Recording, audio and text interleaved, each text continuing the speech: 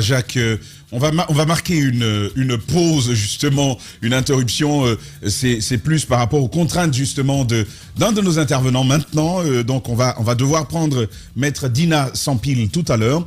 Et on l'annonçait dès le début, Kassory débouté sur une autre procédure. On ne parle pas encore de la Cour suprême là, Jacques. On ne parle pas encore de la Cour suprême. Je crois qu'au même moment que la procédure était en cours à la Cour suprême, où on attend justement que les juges se prononcent sur la liberté conditionnelle de l'ancien Premier ministre, il y a que le procureur a décidé d'ouvrir le procès, finalement, qui avait été demandé plusieurs fois par les avocats. Ce que j'ai comme information sur certains médias, c'est de dire que la décision de la chambre de contrôle de l'instruction, parce que d'abord la chambre d'instruction a procédé, je crois, à la saisie des immeubles et puis et des comptes, et puis parallèlement le procès devrait s'ouvrir. Je crois que c'est contre cette décision que les avocats étaient allés. Finalement, la chambre de contrôle a confirmé cette décision, et je ne sais pas si on va entrer encore dans une bataille de procédure qui va les conduire jusqu'à la Cour suprême avant de revenir pour discuter finalement au fond de ce dossier. On entendra Maître Dina Sampil dessus, mais vous vous souvenez, il disait que c'était pas bien d'aller à ce procès dans ces conditions. Autrement, on envoyait leurs clients à l'abattage. Oui, mais à l'abattoir. Ça, après, bon, je me pose bien la question, parce qu'à un moment donné, on nous disait il faut qu'on aille au procès. Il y avait la question de la libération, mais j'ai entendu plusieurs avocats dire allons-y au procès, parce qu'ils disaient que le procureur, peut-être qu'ils sont vraiment convaincus, que le procureur n'avait rien sous la main pour aller au procès. Est-ce qu'aujourd'hui sont-ils désormais convaincus que le procureur a des preuves, c'est pourquoi ils ne veulent pas aller, ou alors c'est parce que on est vraiment à une discussion autour de la procédure, parce que les avocats sont parfois très, très attachés aux questions de procédure. J'ai bien envie de comprendre pourquoi ils hésitent à aller, n'est-ce pas, à ce procès aujourd'hui. C'est une question fondamentale, en tout cas qui pose problème. Est-ce qu'on veut y aller, ou alors on veut, comme on l'a fait dès le départ, rester sur le débat de procédure pour que ça continue à tarder, parce que de toute façon ça retarde pour le client. Eh bien on va cerner les positions de la défense de Dr Ibrahima Kassory Fofana maintenant, avec Maître Dina Sampil, que nous avons le plaisir de recevoir. Bonjour Maître. Les grandes gueules. Bonjour Maître. Oui, bonjour monsieur. Merci à nouveau de vous prêter à nos questions pour éclairer la lanterne de nos auditeurs. On va avec vous, Mara. Oui, Maître Dina Sampil, hier jeudi, plusieurs actualités autour de votre client, l'ancien Premier ministre Ibrahima Kassory Fofana. On a appris que le juge de la Chambre spéciale de contrôle de l'instruction avait confirmé donc l'ordonnance de renvoi de M. Kassory Fofana devant la chambre de jugement. Alors, quelle est d'abord votre lecture de cette ordonnance donc de renvoi, puisque les conséquences, normalement, ce serait l'ouverture très prochaine d'un procès au moment même où une autre de vos requêtes a été tout simplement déboutée devant la Cour suprême? Très bien. Je vous remercie vivement. C'est vrai que hier, la chambre spéciale de contrôle de l'instruction a rendu l'arrêt de rejet de la requête d'Ibrahima Kassory Fofana. Mais je dois vous avouer qu'aussitôt après ce rejet, Ibrahima Kassory a déposé un acte de pourvoi contre cette décision de rejet.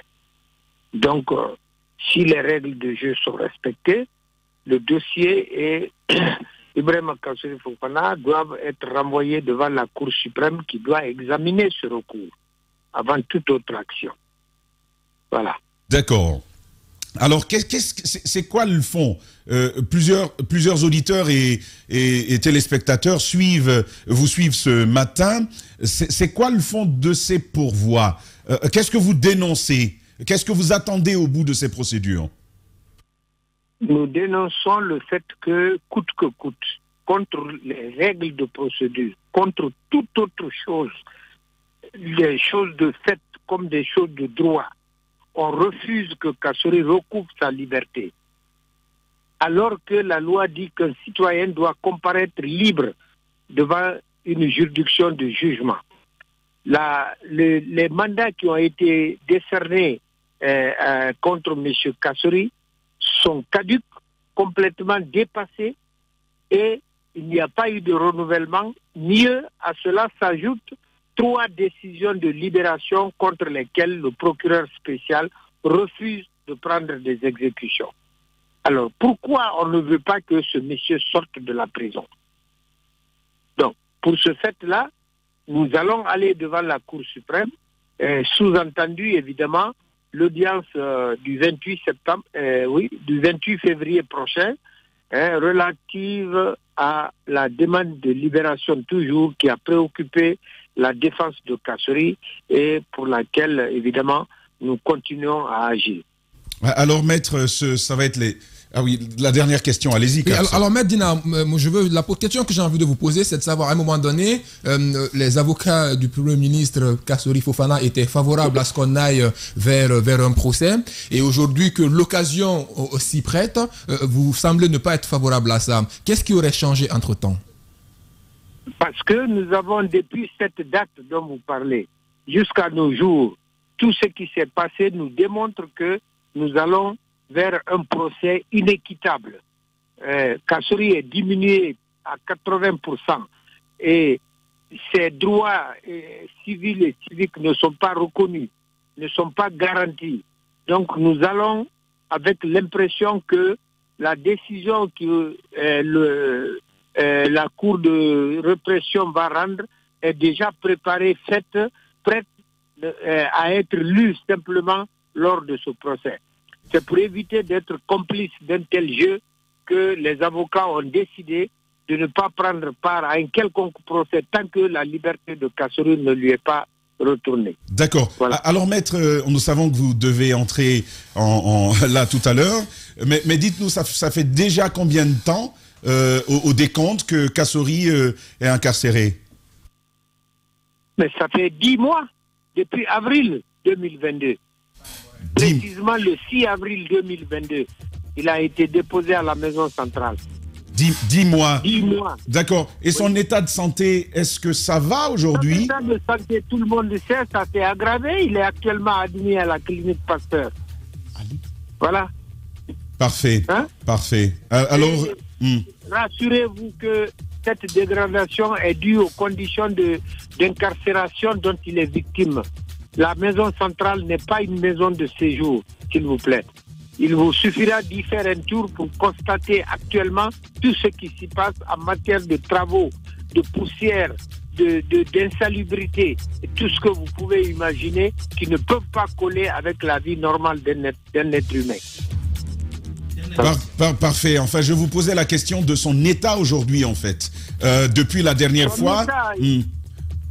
Bon, il est à l'hôpital. Nous attendons les conclusions de ces médecins traitants. Parfait. Il est à l'hôpital. Parfait. Oui. En tout cas, nous lui souhaitons meilleure santé. Maître Dina Sampil, on aurait aimé avoir plus de temps, mais merci beaucoup d'avoir pris la parole chez nous ce matin. Voilà. Merci. Nous poursuivons donc cette émission derrière cette plage publicitaire. Retenez-vous bien, juste après, le procureur Ali Touré de la CRIEF prendra la parole sur nos antennes. On marque cette pause et on se retrouve dans... Nous aborderons le décès d'Ibrahim Bari. Ibrahim Bari, décédé à Bruxelles il y a une année. Sa sœur prend la parole ce matin chez nous pour partager avec nous les préoccupations de la famille, notamment sur les circonstances du décès, mais aussi finalement sur les conditions dans lesquelles l'enquête se mène aujourd'hui. Et puis nous irons avoir Maître Salifoubé Avogui sur le cas des prisonniers du FNDC. On pose la question de cette déclaration des avocats justement de Fonike Mengue, Ibrahima Diallo, Mamadou Biloba. On abordera également la question du dialogue guinéen, comment le rendre possible. C'est tout à l'heure derrière cette virgule. Voilà, vous avez écouté, vous avez suivi l'avocat, un des avocats de Dr Ibrahima Kassori Fofana, Dr Mohamed Diané, et puis Oye Guilavogui, Maître Dina Sampil, s'était exprimé à l'instant, il partageait ses réserves. À sa suite, nous allons entendre exclusivement le procureur spécial près la Cour de répression des infractions économiques et financières, la CRIEF. Ali Touré est en ligne. Bonjour, procureur. Les grandes gueules. Bonjour, monsieur Zachary. Merci de vouloir vous exprimer ce matin sur nos antennes sur le cas Kassori, Jacques Léoy. Alors, le cas Kassori, il y a d'abord la Cour suprême où on attend encore le verdict puisque les avocats sont pourvus en cassation pour obtenir la libération de leurs clients. Maintenant, vous voulez ouvrir le procès, mais là également, ils ne sont pas d'accord, même si la Chambre de contrôle de l'instruction a confirmé la décision de renvoi, donc l'ordonnance de renvoi devant la Chambre de jugement. Mais on dit là également, on va se pourvoir en cassation, peut-être que c'est déjà fait. C'est quoi finalement le cœur de ce problème? Je vous remercie. Je salue de passage vos milliers d'auditeurs et de téléspectateurs. Je voudrais simplement relever qu'il y a des choses qu'il ne faut pas confondre quand vous êtes en procédure, surtout en procédure pénale. Ce que les gens ont voulu confondre dans ces différentes affaires, c'est des choses qui ne sont vraiment pas à confondre. Il n'y a que depuis l'ouverture des procédures contre leurs clients, la Chambre de l'instruction a été saisie et cette Chambre a travaillé conformément à la loi et vous avez suivi certainement avec toutes les étapes de cette procédure-là. Les différentes demandes de liberté et les autres actes que les juges ont posés dans ça, les médias ont suivi tout ça avec nous. Et chaque fois, il y a des actes qui posent, tantôt ils ne sont pas d'accord, tantôt non, c'est nous qui ne sommes pas d'accord, et nous sommes devant les instances supérieures. Ce qu'il y a actuellement dans cette procédure, c'est que il y a des demandes de liberté qui sont actuellement pendantes devant la Cour suprême. Ça ne concerne que des questions de liberté. Mais au-delà des questions de liberté, il y a le fond de l'affaire. Ce fond de l'affaire-là, les juges étaient en train de travailler. Ils ont fait des interrogatoires, ils ont entendu des témoins, ils ont fait des investigations, des commissions rogatoires ont été faites. L'ensemble de tous ces résultats ont été compilés et les juges ont mis les différents dossiers à la disposition des différents conseils pour leur avis lorsqu'ils ont voulu clôturer l'information. Cette étape terminée, le dossier a été transmis au parquet pour ses réquisitions. C'est ce que nous avons fait. Et le 30 janvier dernier, les juges ont rendu leur ordonnance de renvoi devant la Chambre de jugement. Ça veut dire que les juges ont estimé qu'il y a des charges suffisantes contre ces différents inculpés et qui nécessitent leur jugement devant la Chambre des bureaux. Alors, ces différentes décisions ont été notifiées aux différentes parties. Les avocats ont relevé appel. Et ils savent, conformément aux dispositions de l'article 293 du Code de procédure pénale, qu'ils n'ont aucun droit, mais je dis bien aucun droit de relever appel d'une ordonnance de renvoi devant une chambre de jugement ou bien un tribunal de jugement. C'est aussi simple. C'est comme si on vous dit, on va partir vous juger, vous dites non, je ne veux pas être jugé. Mais on ne peut pas s'opposer à cela. Donc, puisque c'est pas nous, ce n'est pas, malgré qu'ils n'ont pas ce droit, ce n'est pas à nous de leur dire, vous n'avez pas ce droit-là, pour partir devant la chambre devant laquelle ils ont relevé appel. Il n'y a que ces juges-là qui peuvent leur dire, vous n'êtes pas compétent, vous n'avez aucun droit de relever appel de ces ordonnances. Donc, ce qui a été fait, la chambre de jugement, la chambre spéciale de contrôle de l'instruction, hier, a rendu son arrêt dans l'affaire Kassori. Les autres dossiers, on les attend certainement au plus tard lundi. en les déboutant de leur appel. Et puisque cet appel n'est pas suspensif, ils disent qu'ils vont faire le pourvoi. Tant mieux, ils peuvent aller devant quelle instance ils veulent. Ou dès l'instant que l'arrêt de la Chambre spéciale de contrôle a été rendu, nous allons programmer le dossier pour le jugement. Voilà. Ali Touré, procureur spécial près la CRIEF, Mohamed Mara. Mais, monsieur le procureur, une des questions très chères à la défense, notamment de monsieur Kassory Fofana aujourd'hui, réside sur cette détention très prolongée. Ils sont déjà à 10 mois de détention et tous les mandats, d'après eux, seraient déjà caducs. Qu'est-ce qui explique que vous soyez quand même, qu'on soit aujourd'hui au-delà même de la durée légale des mandats de dépôt? Je ne suis pas d'accord avec vous, Mohamed, quand vous dites qu'on est au-delà de la durée légale des mandats. Je ne suis pas d'accord. J'ai bien dit, j'ai rapporté les propos des avocats et je demande si c'est le cas, qu'est-ce qui explique cette longue durée de détention? Voilà, exactement. Ils ont été placés sous mandat depuis le 6 avril. Et le 31 mai, la Chambre spéciale de contrôle de l'instruction a confirmé leur détention en décernant à nouveau des mandats de dépôt. Parce que le mandat que le procureur avait décerné, ils ont estimé que le mandat était caduc. À cet instant-là, la date de détention par rapport au mandat court à partir du 31 mai. Et lorsque après 4 mois, parce que les détentions se renouvellent, les mandats de dépôt se renouvellent après tous les 4 mois, lorsqu'on est venu devant la chambre de contrôle, la chambre de l'instruction, pour le renouvellement ou non de ces mandats, ils sont venus, ils ont défendu le dossier, ils étaient là parce que c'était contradictoire. La chambre a dit qu'elle ne voulait pas renouveler encore ces mandats. Donc, elle a rendu une ordonnance de non-renouvellement de mandat. Contre ces ordonnances, moi, je me suis pourvu et j'ai fait appel. On est allé devant la Chambre spéciale de contrôle de l'instruction. J'ai été débouté et je me suis pourvu en cassation. Donc, ce sont ces dossiers-là qui sont pendants là-bas, au niveau de la Cour suprême. Donc, on est dans cette bataille de liberté. En droit, tout est question de procédure. Hein. Tout est question de procédure. Et notre loi admet aujourd'hui un double degré de juridiction. Ça veut dire que les plaideurs qui ne sont pas d'accord au niveau d'une instance, vous pouvez aller devant l'instance supérieure. Oui, mais est-ce que vous comprenez quand même ce que disent les avocats qui estiment que cette procédure-là est pour le moment pendante devant la Cour suprême et donc ils ne comprennent pas simplement cette nouvelle ordonnance de renvoi qui programme déjà un procès alors qu'un pan de l'affaire est devant la Cour suprême. Est-ce que vous comprenez quand même leur inquiétude? Moi, je comprends très bien leur inquiétude. Le problème, c'est que c'est eux qui ne veulent pas comprendre la procédure. Parce que lorsque vous vous pourvoyez en cassation, vous êtes devant la Cour suprême, ça n'empêche pas les juges de travailler. Ce n'est pas que le dossier est parti devant la Cour suprême que les juges ne travaillent pas. Ce que vous ne savez pas, ce n'est pas tout le dossier qui est parti à la Cour suprême. Hein. Il faut qu'on vous le dise parce que j'ai comme l'impression que les gens pensent que quand on est devant la Cour suprême, c'est tout le dossier, tout ce qui est là comme point de dossier, c'est tout ce qu'on envoie. Non. Les dossiers sont faits en double, voire en triple.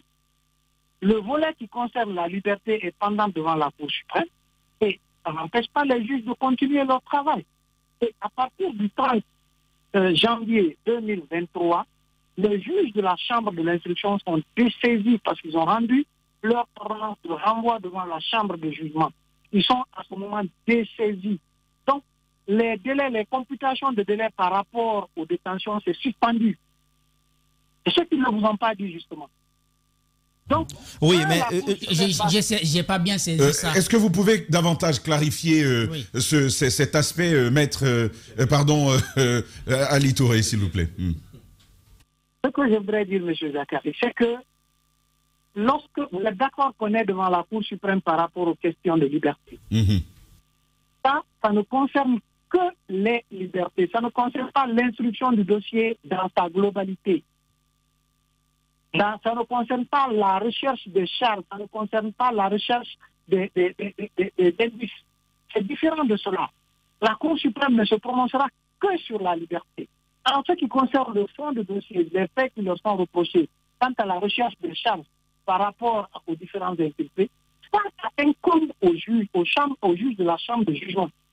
Donc, quand le dossier est pendant devant la Cour suprême, pendant ce temps, les juges travaillent au fond. C'est ce qui s'est passé. Ça ne peut pas empêcher le travail des juges. C'est ce que je veux que vous compreniez. D'accord. Alors permettez. Allez-y. Les juges ont travaillé. Quand ils ont travaillé, ils ont reçu les réquisitions du ministère public.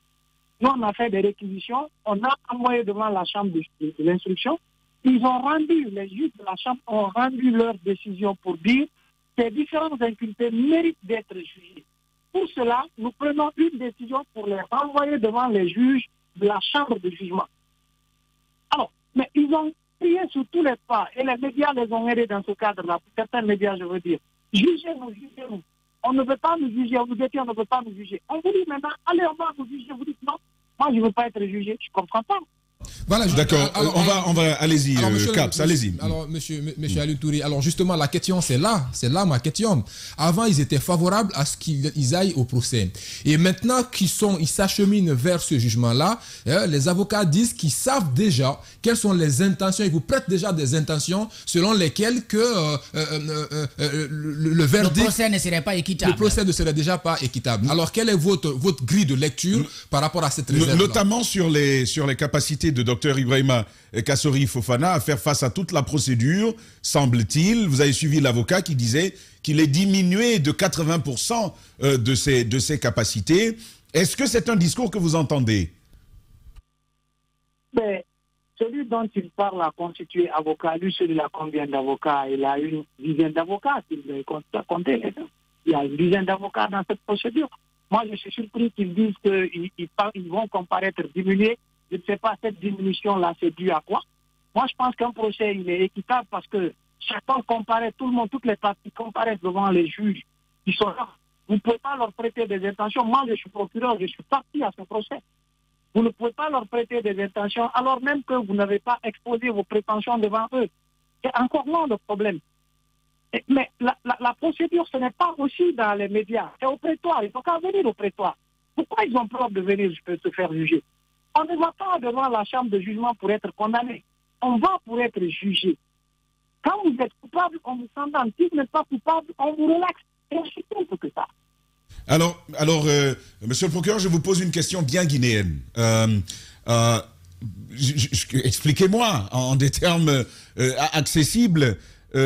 Pourquoi faut-il que Kassori, que Dr Diané, que Oyegui Lavogui soient en prison? Pourquoi ne peuvent-ils pas répondre des charges qui se retiennent contre eux à partir de leur domicile? C'est quoi le bien fondé de ces objections, de ces appels que vous relevez permanemment? Ce sont mes convictions personnelles qui sont des éléments que j'ai constatés dans la procédure. Mais ils ne sont pas les seuls à être en détention et comparaître devant un juge. Les avocats, les inculpés ou les accusés du 28 septembre, ils comparaissent détenus. Beaucoup d'autres détenus comparaissent devant les différentes juridictions du pays. Et ça, c'est tous les jours détenus à partir de la maison centrale. Pourquoi eux, ils ne peuvent pas comparaître détenus? Pourquoi? Pour quelle raison? C'est ce que je ne veux pas comprendre. D'accord. Alors que même que les juges de la chambre de l'instruction ont ordonné leur renvoi devant la chambre de jugement. Pourquoi ils ne veulent pas? En fait, votre réponse me rappelle un principe. Alors que ma question interrogeait des faits. Sur quoi fondez-vous, si vous le permettez, si vous souhaitez le partager, sur quoi fondez-vous cette intuition, cet instinct qui vous dit ce serait mieux qu'ils répondent alors qu'ils sont en prison? Je vais un peu vous décevoir parce que c'est des raisons que je ne vais développer que devant les juges. Mais on le voyait bien. Monsieur le procureur, il y a ce point important également soulevé par les avocats ces derniers jours. Ils disent découvrir quand même avec, je dirais, une certaine stupéfaction, certaines charges, l'existence désormais de certaines charges qui n'étaient pas là au départ. Et parce que désormais on parle d'un nouveau montant de 15 milliards de francs guinéens. On parle de la fille de Kassori qui se serait vue offerte une maison côté Diamond Plaza. Mais eux, ils disent que leur client n'était pas poursuivi pour tout ceci. Qu'est-ce qui se passe véritablement? Est-ce que nous devons comprendre que les enquêtes et même l'instruction continuent malgré l'annonce de l'ouverture l'annonce de l'ouverture du procès? Mohamed, tout ce que vous dites là, ça a été fait avant même que les juges rendent leur ordonnance de renvoi devant la chambre. Les grandes gueules. Ces choses-là devant les juges, on n'a qu'à venir soutenir ça devant les juges qui sont des arbitres. Et ils savent, les juges de la CRIEF, s'il y a une question d'indépendance aujourd'hui, des juges qui font preuve d'indépendance, c'est bien les juges de la CRIEF. Parce que même nous, ils ne nous font pas cadeau. À tout moment, on est en cas à tirer. Donc, ils n'ont qu'à venir soutenir ça devant les juges. Ils vont voir qu'est-ce que ça fait. C'est aussi ça. Bien, Jacques. L'autre reproche qu'ils vous font aussi, c'est d'avoir procédé un peu plus tôt à la saisie, semble-t-il, des biens immobiliers et quelques comptes, alors que le jugement n'est pas encore fait. Oui, mais les saisies conservatoires sont l'apanage des juges. C'est des attributions qui sont textuelles et qui sont attribuées aux juges. C'est possible, ils le savent. Ils savent très bien, ils savent lire entre les lignes des codes. Ils savent que entreprendre des ordonnances de saisie ou des mesures conservatoires relève des attributions des juges. Ils n'ont rien fait d'illégal dans cette procédure. C'est des choses qui sont légales et qui sont vraiment tributaires des juges qui sont en charge de ce dossier-là. Parfait. On poursuit. L'autre question, c'est par rapport à Oye Guidavogui et puis Dr Diané. Je crois, c'est vrai que c'est le nom de Kassory qui vient tout le temps, mais les deux là aussi sont dans la même situation. Nous apprenons qu'il y a eu aussi des décisions hier. Non, il n'y a pas eu de décision. Il y a eu des audiences. Le délibéré, je crois que ça va être pour le pays. C'est pourquoi je ne me prononce pas. Dans le cas de M. Oye Guidavogui, parce que nous allons avoir tout à l'heure. Il parle toujours. Allez-y, Mohamed Mara. Oui, monsieur le procureur, je disais que dans le cas de M. Oye Guidavogui, nous avons discuté avec l'un de ses conseils, qui sera d'ailleurs à l'antenne tout à l'heure, dès après vous, qui nous révélait effectivement aussi qu'il y avait eu une décision, je pense hier, concernant son client. Alors, est-ce que ils sont dans la même situation exactement? Aujourd'hui, on va au procès, non, il faut libérer. Et quelle est la situation particulière de M. Guidavogui? Moi, tous les inculpés valent chez moi ici dans les procédures que nous avons. Je ne sais pas s'il y a une particularité d'un inculpé par rapport à l'autre. Tout ce que je sais, c'est que les ordonnances concernant M. Oye Guidavogui, M. Sadou Fofana et M. Diané, les ordonnances ont été rendues et quand ces ordonnances de renvoi, leurs différents avocats ont relevé appel. C'est ce que je sais. Je ne vois pas de particularité par rapport à tel ou à tel autre. Non. Mais ils n'ont qu'à venir pour qu'on juge ces affaires-là. Je ne sais pas pourquoi ils veulent reculer. Pour quelle raison? Alors qu'ils vont crier partout et à tout moment. Ils n'ont qu'à venir, dites-le leur. De toute façon, ce que je sais, c'est que les arrêts de la Chambre spéciale de contrôle de l'instruction sont applicables et aucun pourvoi ne peut suspendre ces différentes décisions. Bien. Le pourvoi, c'est un recours extraordinaire qui n'est pas suspensif en cette matière-là. Dès que moi, je vais recevoir ces différents arrêts, je vais programmer les jugements. Ali Touré, procureur spécial près la Cour de répression des infractions économiques et financières. Il s'exprime justement sur un ensemble de dossiers présents devant sa cour. On va donc avec vous. La dernière question, Jacques. Deux questions, parce que vous avez dit le pourvoi en cassation ne peut pas arrêter la procédure qui est déjà engagée. Est-ce que cela veut dire que dans les prochains jours, on peut s'attendre à un procès de Ibrahima Kassory Fofana à la CRIEF? Avez-vous déjà songé à une date? L'autre question, c'est par rapport au cas de Rémi Lama qui comparaissait bien souvent là-bas, puisque lui, il était engagé, disons, il est poursuivi dans plusieurs dossiers, 2 au moins. C'est quoi aujourd'hui sa situation? Zachary a dit la dernière question, vous partez juste à 2 questions, Jacques. C'est la démocratie de notre studio. Allez-y, monsieur le procureur. D'accord, je vous le concède. Alors, par rapport à Dr Ibrahima Kassory Fofana, je disais que hier que la décision a été rendue. Donc, on va lire le texte et en fonction de la procédure qui suit, nous allons programmer. Et ça, c'est pour très bientôt. Voilà, je ne peux pas vous dire exactement parce que ce n'est qu'hier que j'ai reçu la décision. C'est pour très bientôt dans toutes les façons, les jours à venir. Quant à Dr Rémi Lama, cette procédure est encore pendante devant la chambre de jugement. Vous allez m'excuser pour ne pas que j'empiète par rapport à ça, parce qu'ils sont en train encore d'être jugés. Bien. Et quand Et le jugement, il est public. Hein. La salle est ouverte pour tout le monde. Les journalistes peuvent venir pour suivre. Voilà. Bien. On viendra, on fera publicité de la salle d'audience de la CRIEF. En tout cas, merci, procureur, d'avoir pris la parole chez nous ce matin et beaucoup de courage. On va marquer cette petite virgule et derrière, on va enchaîner avec nos chroniqueurs.